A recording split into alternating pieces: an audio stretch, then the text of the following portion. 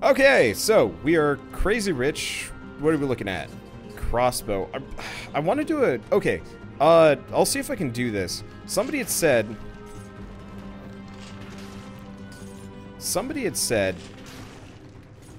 that the magnetic grenade gets you your crossbow bolts back. So I want to find that out.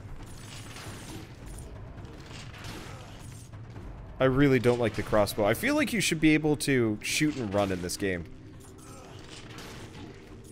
It's such a risky weapon, too. Honestly, it's probably better that I just use not the heavy crossbow here. Okay. Yeah, so last episode, Run, whatever, was ranting and being angry about, shitty wizards. I'm trying to think of, like, other good examples. Oh, I guess just in general, when I'm like watching a movie, or playing a game or anything like that, if I've been given the expectations for like a character and I am then confronted with the reality that is then false, I think it bothers me maybe a little bit too much. I always have trouble with spy movies, for example, because in a lot of cases, well, that's useless. In a lot of cases, like, spy movies specifically don't have interesting spies. They're just kind of suave goons. Like, I could never really get into James Bond because he didn't even seem like a good spy.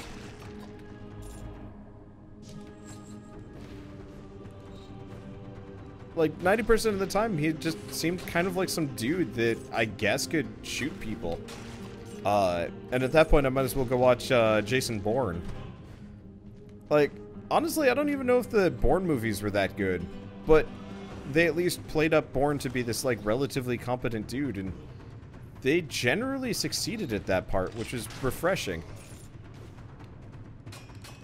I always have that problem with, I had that problem with John Wick, actually.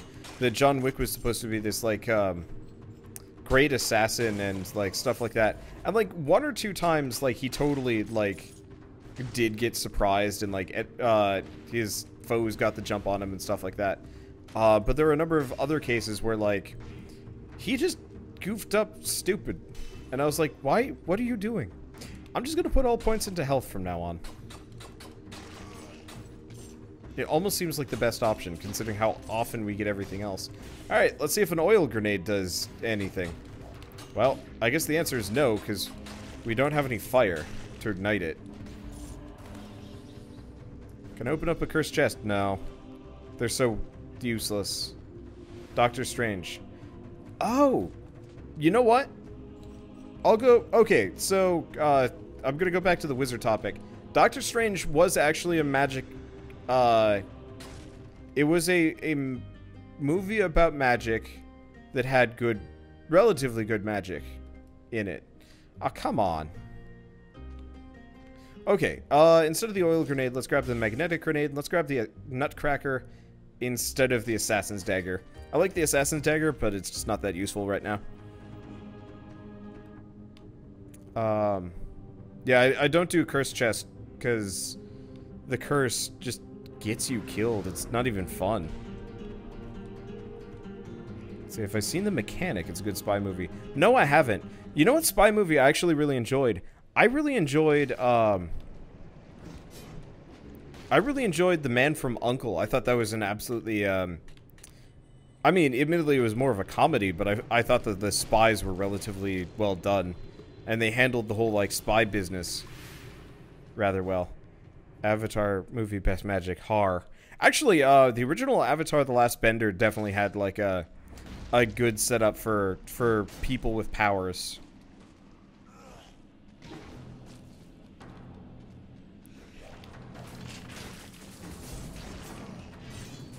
Okay.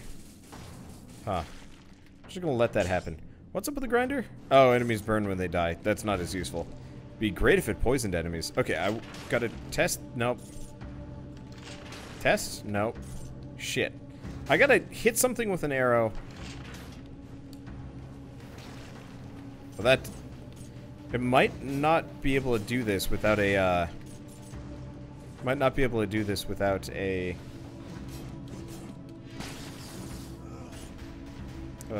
what am I thinking? A boss. Because I'm probably just going to do too much damage.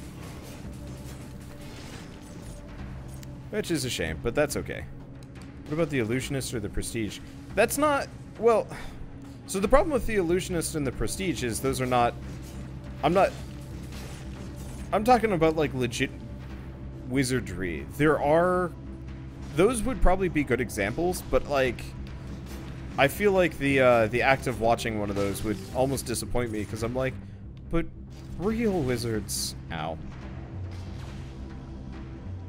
Our Man Flint, it's a satire of James Bond.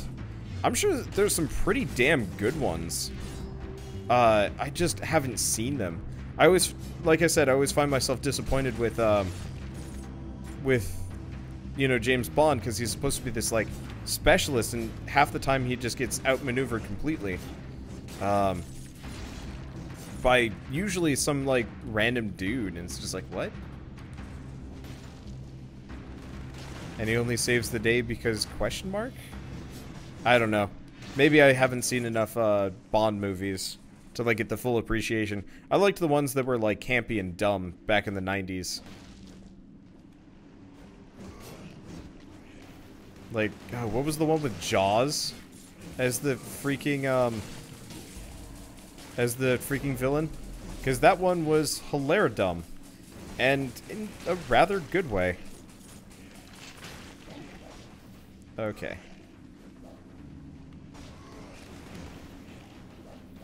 This is bad. I only have health. Holy crap, I only have health. When does that happen? That does not happen often. That is weird. Jaws was in Moonraker. Okay. Yeah, I liked Moonraker. But Moonraker was probably not a good movie. I just enjoyed it. Because it wasn't trying to be like this grimdark, too serious, like, whatever thing. I will say, though, back to John Wick for a moment. I really, actually, rather enjoyed John Wick. Ooh, damage from projectiles reduced. Yeah, we'll go with that. I could farm for some more money, but that seems like a silly thing. What about Labyrinth or Willow? I will admit, it's been quite some time since I saw Labyrinth. So my perceptions are skewed. But honestly, there wasn't really that much magic. But maybe it's just my skewed perceptions not reminding me about it. Willow, though, I don't think I've ever heard of, Willow, actually. I clearly should watch some more movies. What was that? Oh. Interesting. According to Shell, it had Warwick Davis in it. Admittedly, I don't ever really go to movies because of an actor. I kind of do. Like, I will admit, when I saw Moana, I was like, oh, it's got The Rock in it. That at least means it's going to be a relatively charming movie, even if it's not going to be, you know, the best. Like, I was reading reviews for Baywatch, as silly as that sounds, and I was looking at it, and I was just like, so, did this movie turn out well? And the answer is no.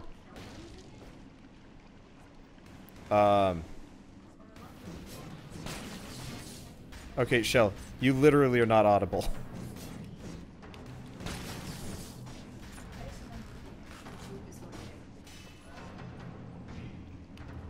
Unfortunately, our microphones are not exactly the most sensitive. Back when I had the Yeti, it could pick up anybody in the room, but now that I have it, it's, especially with, like, what I do post-processing wise afterwards, anybody in the room apart from me speaking generally is like in the background. Might be different for the stream people. You can hear her a bit, but that's the problem. I don't know. I'm very particular about my audio, and I absolutely hate when I'm, like, watching a YouTube video and I can't hear someone. I will admit, I've done it before, with... Ow! I tried hitting the thing. I don't think I like the Nutcracker that much. I think it needs some improvements before I'm gonna use it that much. But like I like to watch Funhouse, which apparently came as a surprise to some people. But they're generally the only YouTubers I watch at this point. And huh. I don't think I've seen Poison that deep before. I'm just gonna keep pumping it into health. Let's be Beef Strong McNever Die. And just let the skills and whatnot sort itself out past this point. But I like Funhouse, but every once in a while they'll have like somebody random in the background from their usual cast and crew like say something, and I'm just like, I legitimately did not hear that. And it always bugs me. But yeah, I actually haven't seen John Wick 2. I have not seen any of that, so I'm hoping to see that at some point. Unfortunately, Shell hasn't seen the first one, so it's like, do I want to watch both? Okay, let's get the fire grenade. I'm gonna give up on the whole archery thing.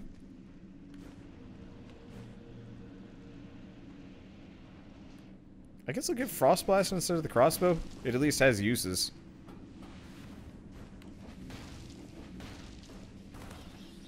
Okay, and never ever having anything to do with you until you get adjusted. Yeah, I've heard John Wick 2 was good. I really liked the first one, honestly. I thought it was, not gonna say like a masterpiece or anything like that, but that it was respectively good. My problem is just generally I don't make it out to movies because that cuts into recording time. This month has been kind of funky because normally when I'm normally like my week is punctuated by like new game releases that I'm like panicking about. And this week nothing new's come out, so I'm just kind of hanging out. I'm just kind of being like, well, I'll just play whatever I feel like. Huh. Yeah, you have to ground slam when you're closer to the ground.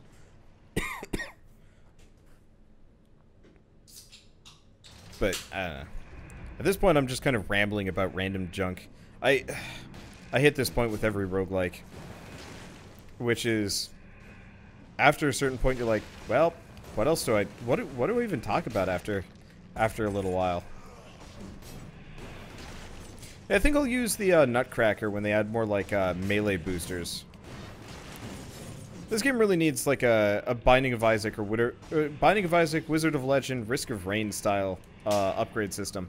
I think those would actually, like, really help. Okay, so what are we up against? It's just this guy.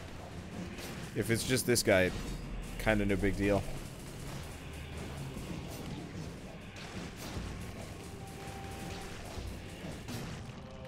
Alright. Oh, nope.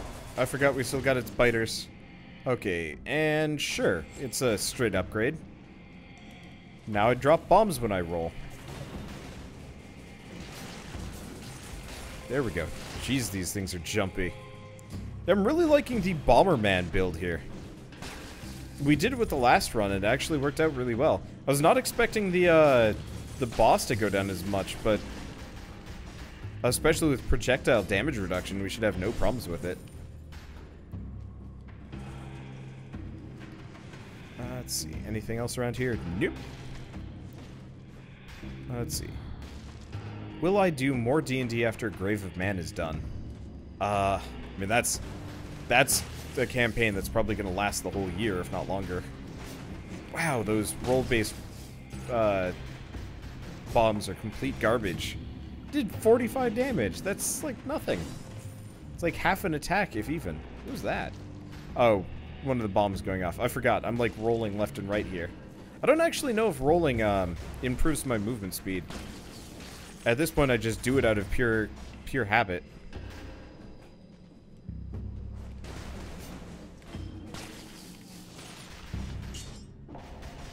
Okay.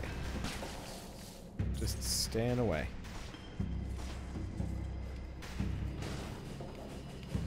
Okay. Yeah, we're good. Unfortunately, since we don't have a weapon or like a good killer skill, pretty much my best bet is just roll, drop a bomb, keep rolling, and avoid. But yeah, I guess I was trying to say this, sort of. But this happens generally with every roguelike that I keep playing after the point where I've mastered it. Where, oh, there's a zombie in the mix there, too. I didn't even realize. You know, once you kind of master it... Yeah.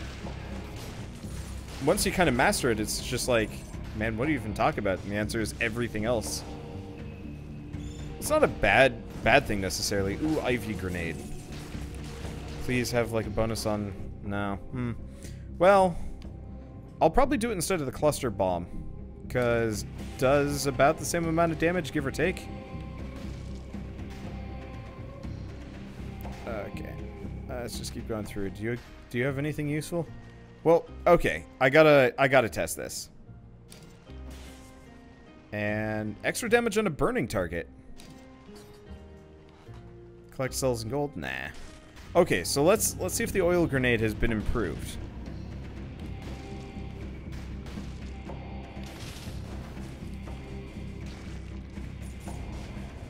I think they fixed it. They have fixed the oil grenade. Well, that's good. No, they haven't.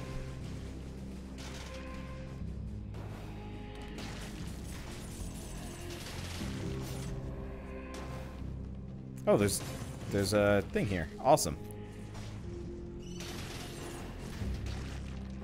Interesting. It does 22 damage. I wonder if it's because the flame grenade is setting it off. Yeah. Okay, so it does 6 plus damage normally, but if you combo it with an actual ability? Yeah. And then if you don't combo it at all, it just does 6 plus ish.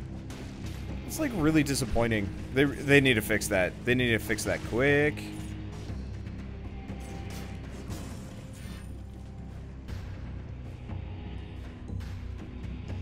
But no, seeing as D&D is being brought up, I guess if you've somehow not seen that series, I'd encourage you to go check it out.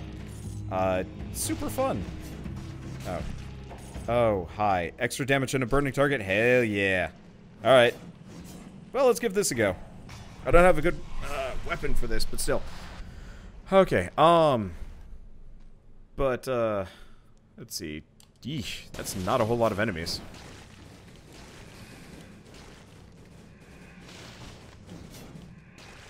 Okay. Or that's not a whole lot of time. Especially for my weak ass. I'll figure it out. Also, it does not look like the oil grenade actually does bonus damage at all.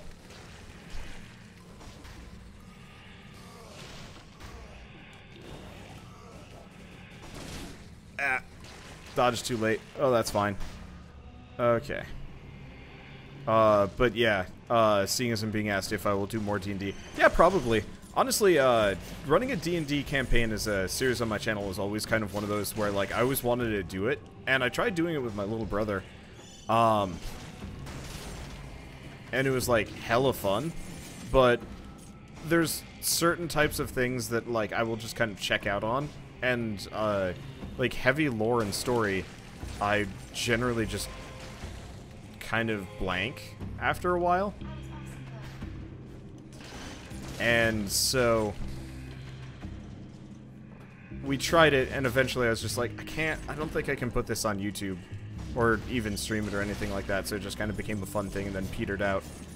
But now that I think we've got some more, like, experience and maybe a bit of a better setup for it, honestly, Roll20 with homebrew assets and whatnot has, like, super helped. But no, I probably will never not have a D&D series running on my channel anymore. Though I have no idea what I'll do after the current setup is done.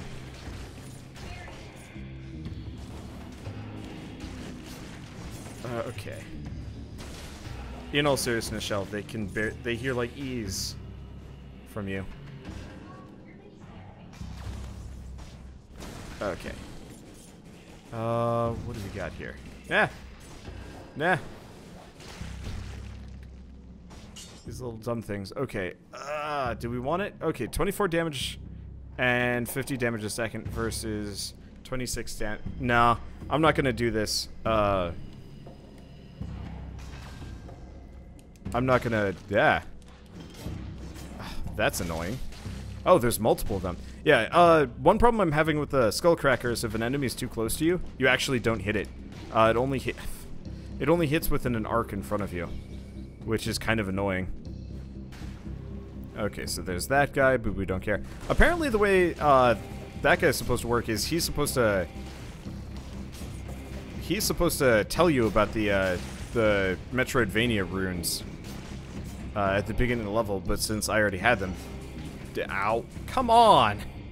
Yeah, alright, we're ditching the Nutcracker, the next weapon we find. I'm gonna put some into skills. We need the damage bonus.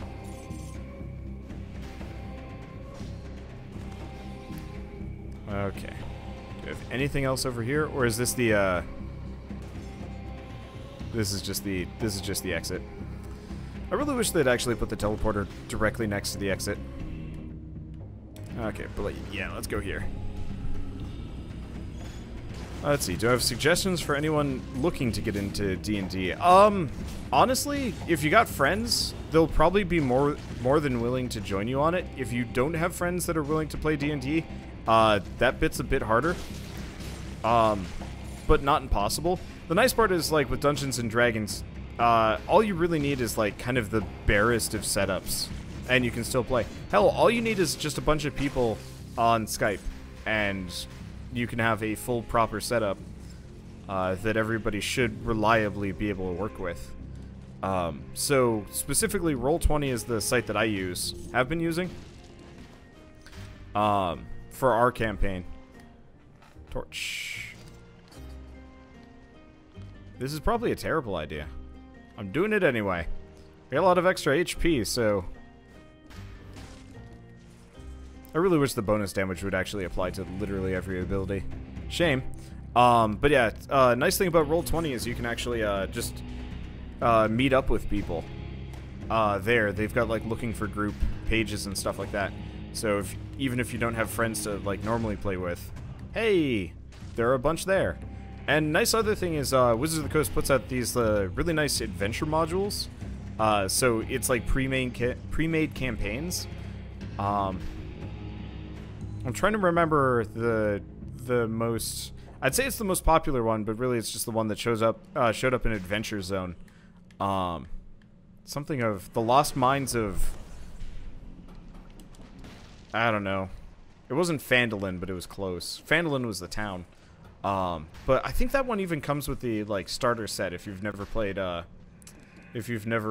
Dungeons and Dragons before. That's a pretty good thing to just get like working. Oh, wait, this is the torch. Oh. In retrospect, maybe this is a bad idea. Hell. Okay, what else we got? We got another teleporter. I'm not going up this. I'll just go down. But those will get you started. Like, you don't even need, like, multiple friends for that sort of thing. You could easily just sit down and be like, alright, you're the only one that wants to play D&D with me. So I guess you're going to be the only party member, or, hey, you get to have multiple characters and just pretend that it's, freaking, you know, Tyranny or something. I've done that one before. My brother and I played a lot of D&D when we were younger, and generally it was just us or maybe us and a friend, like one other friend, so we had to get, like, kind of creative with how our campaigns go. We never actually played any of the campaign modules, though. We actually got some as a, Christmas present. I have no idea where they ever went. I always felt bad about that, but homebrew campaigns always tend to be more engaging.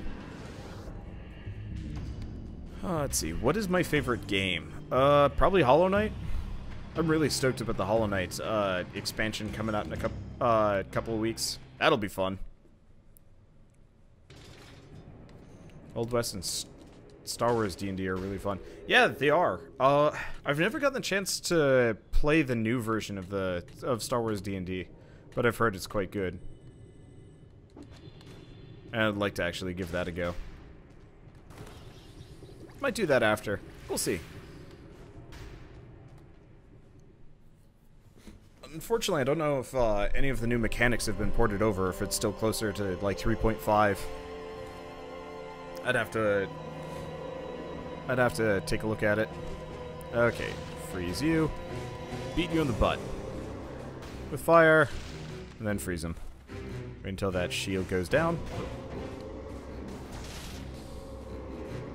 Huh. They changed that. Oh, that's appreciated. Okay, that kind of hurt.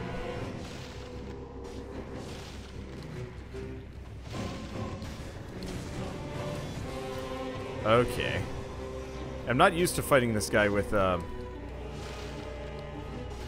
not used to fighting this guy with double damage, so he's, like, a little bit scarier than usual. But, like, not really. It helps that... It helps that I can kind of just abuse him with the Frost Blast. Frost Blast is, like, honestly, the most inconsistently broken thing ever. Sometimes it'll just completely decimate enemies. It's amazing. But it only works on, like, half the enemies, so it's just like, make up your mind. Make up your mind. Yeah, whatever.